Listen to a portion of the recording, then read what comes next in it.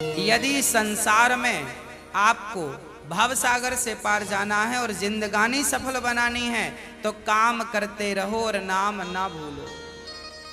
कैसे नाम जपें काम के समय मैं करके बताता हूं। कैसे करना चाहिए? सबसे पहले जब हम सोकर उठें तो हमें क्या करना चाहिए? हम पहले तो ये निश्चित करें कि हमें उठना कब है। हमें कब उठना चाहिए? सूर्योदय के पहले। सूर्य उदय के पहले जो लोग उठ जाते हैं, जिस घर के लोग उठते हैं, कहते हैं सूर्य उदय के पहले आपके घर में झाड़ू लग जाए, आपका मेन गेट खुल जाए, खिड़कियां खुल जाएं और सूर्य का पहला प्रकाश यदि आपके घर पे आया तब तो आपके घर में सुख शांति और समृद्धि की कभी कमी हो नहीं सकती।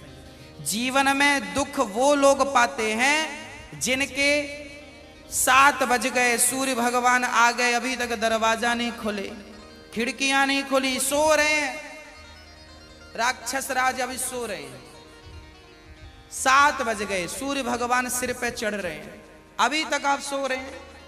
क्या ये हमारी सभ्यता, हमारा संस्कार है? ना, हमारे संस्कार हैं जब हम छोटे थे ना, ये दास अपनी बात कर रहा है, जब हम 10 वर्ष के थे तब हम मंदिर में पूजा करते थे। हम मंदिर में, हमारे पिताजी मंदिर में पुजारी थे, एक मंदिर की पूजा करते थे।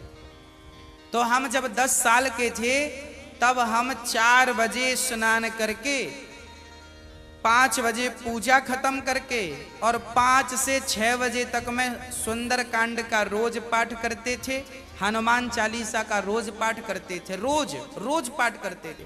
6 बजे, सवेरे 6 बजे मंदिर की पूजा और पाठ करके बाहर आ जाते थे अपने काम के लिए, और 6 बजे बाहर आकर गाय के लिए घास लेने के लिए खेत चले जाते थे।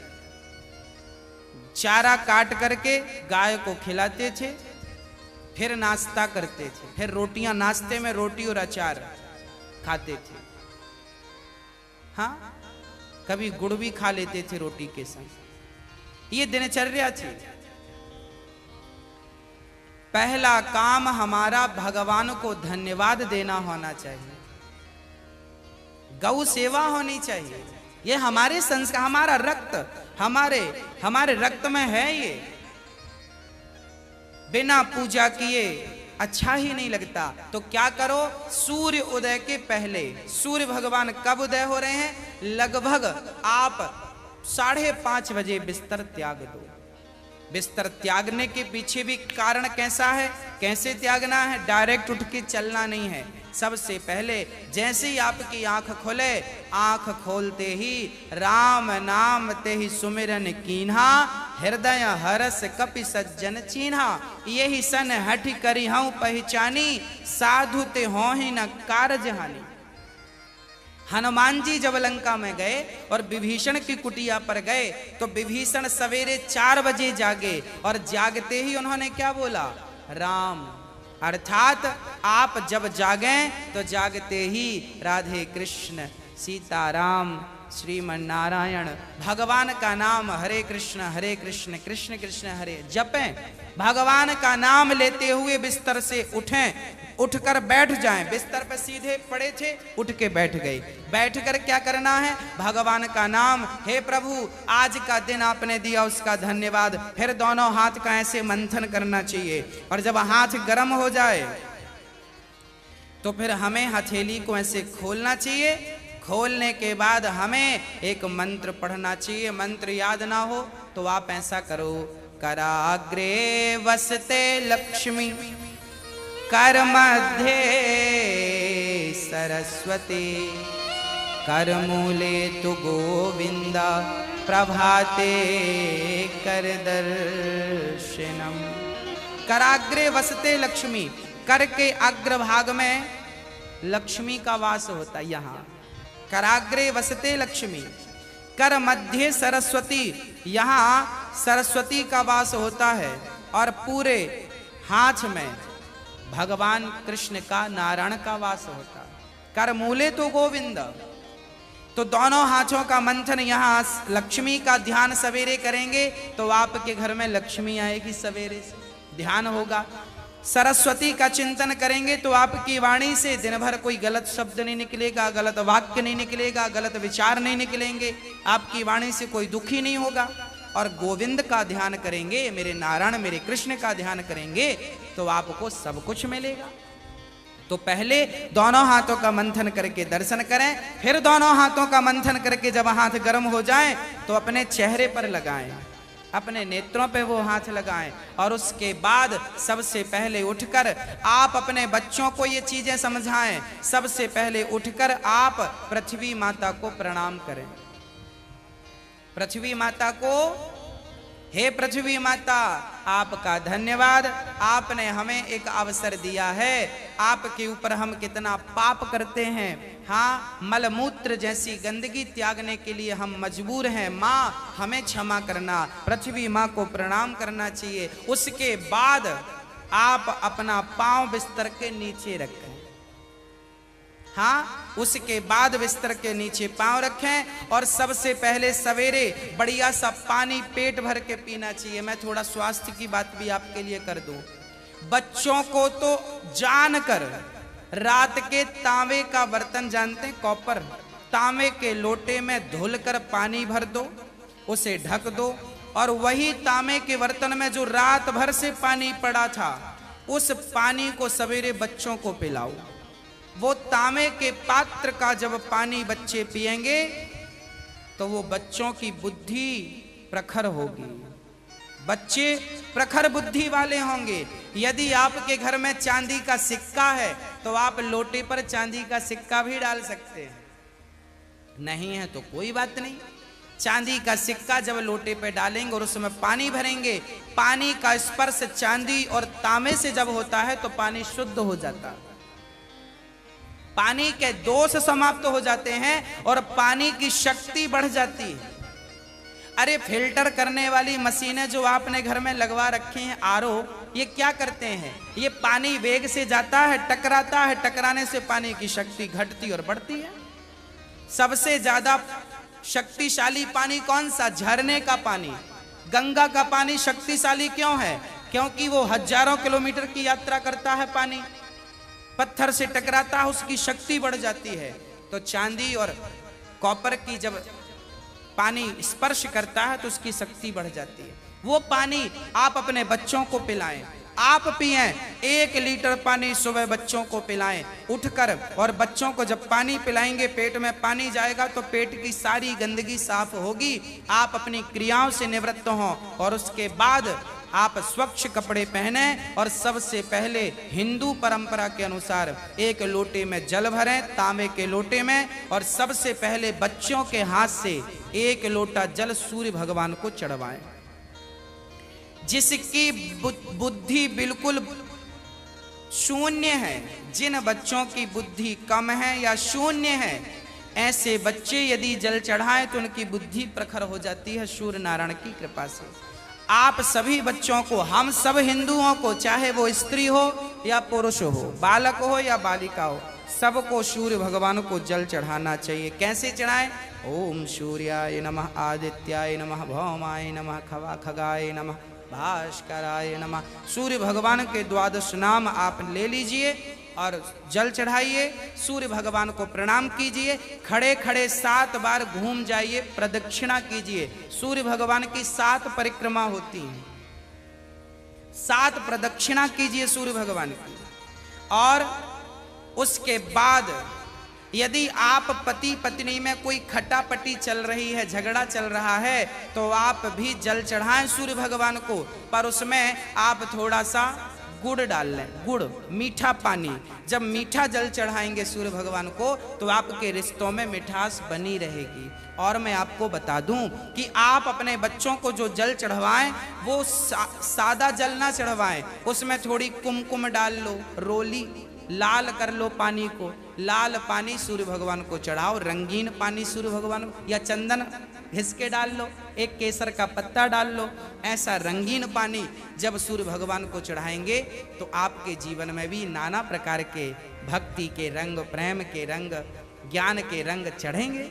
हाँ, तो सूर्य भगवान को प्रणाम करो।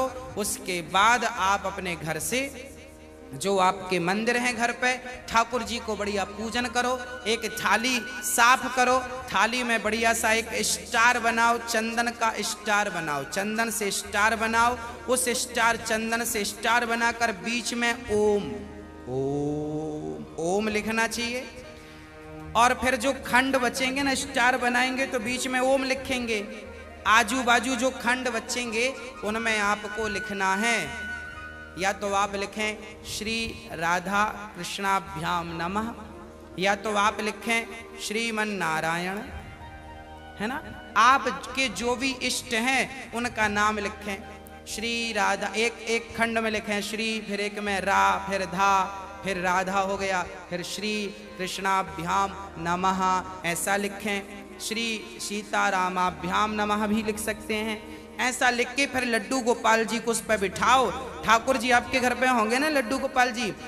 आपने जब वो स्टार पर ये सब बना लिया तो वो यंत्र बन जाता है। उस यंत्र को जल डालकर पहले प्रणाम कीजिए, जल डाल के प्रणाम करके फिर उसे आप प्रेम से प्रणाम कीजिए, और प्रणाम करके फिर ठाकुर जी को बिठाइए। ऐसे देखिए टीवी पे दिख रहा है, ऐसे आपको बनाना है, ऐसे आपको बना के ओम, फिर उसमें तुलसी का पत्ता चढ़ाइए लिख करके सब में, और फिर उसको प्रणाम कीजिए, जल चढ़ाइए, तुलसी चढ़ाइए। ये एक यंत्र बन गया, और इसे प्रणाम कीजिए। फिर इसके ऊपर ठाकुर जी को बिठाइए, गोविंद को बिठाइए, बिहारी जी को बिठाइए, और बिठाकर फिर उन्हें स्नान कराइए, प्रेम से स्नान कराइए। कैसे स्नान कराएं? ऐसे स्नान कराएं, और बोलते रहिए श्रीमन नारायण नारायण नारायण। कुछ नहीं आए तो नारायण नारायण कीर्तन करते श्रीमन नारायण नारायण। ऐसे जल चढ़ाओ। जल चढ़ाने के बाद भगवान को अपनी गोद पर बिठाओ।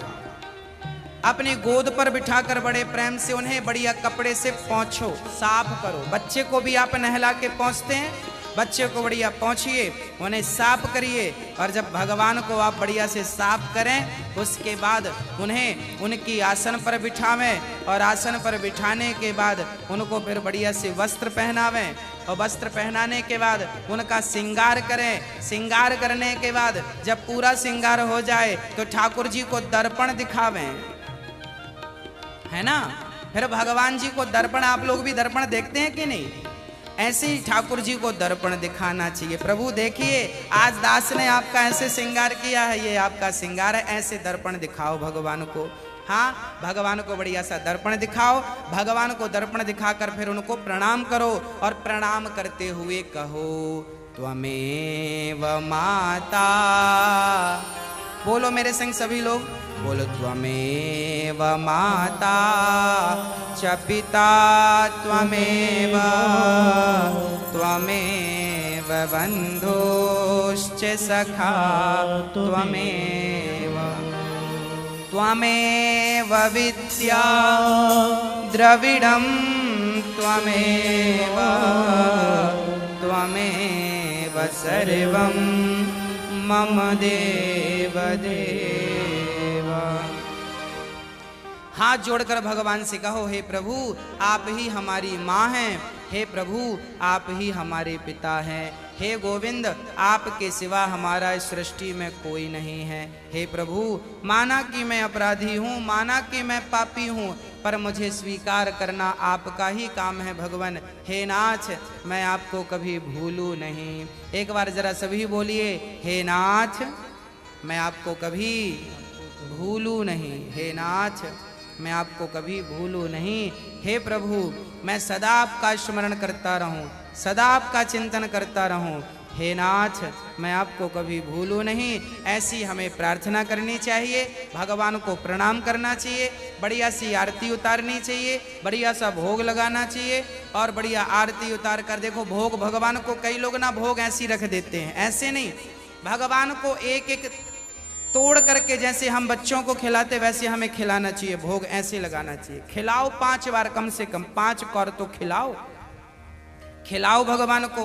खिलाने के बाद फिर आचमनी से जल घुमाओ, भगवान को पानी पिलाओ, है ना, पानी पिलाओ भगवान को। बढ़िया पानी पिला के उनका मुंह पोंछो बढ़िया कपड़े से, ऐसे मुंह पोंछो भगवान जी का। मतलब भगवान को अपनी तरह प्यार करना है, बालक की तरह प्यार कर। माँ यशोदा क्या करती, गोद में बिठाती, खिलाती पिलाती, मुंह पोंछती थी। हमें भी वही स्नेह रखना भगवान से। भगवान प्रेम की तो भूखे हैं। वो वस्तुओं के सोना चांदी जिनके पांव लक्ष्मी दबा रही हैं, उन्हें हम क्या पैसा देंगे, उन्हें हम क्या सोना चांदी देंगे। भगवान प्रेम चाहते हैं, सोना चांदी नहीं चाहते। प्रेम से कोई पत्रम पुष्पम फलम तोयम यो में भक्त्या प्रयच्छति, प्रेम से खिलाओ तो सही, भगवान तो सब खाएंगे। प्रेम से खिलाओ, झूठा खिलाओगे तो शबरी माँ ने झूठे बेर खिला दिए। हाँ, सब खाते हैं, प्रेम होना चाहिए। अरे मेरा आपसे प्रेम है ना, तो मैं आपके घर बासी रोटी भी खा लूंगा, और प्रेम नहीं है तो 56 भोग आप दे देना, हमें पसंद नहीं आएंगे। तो आप और हम जब प्रेम के भूखे हैं, तो भगवान क्या वस्तुओं के भूखे हैं? वो प्रेम चाहते हैं, आपका स्नेह चाहते हैं।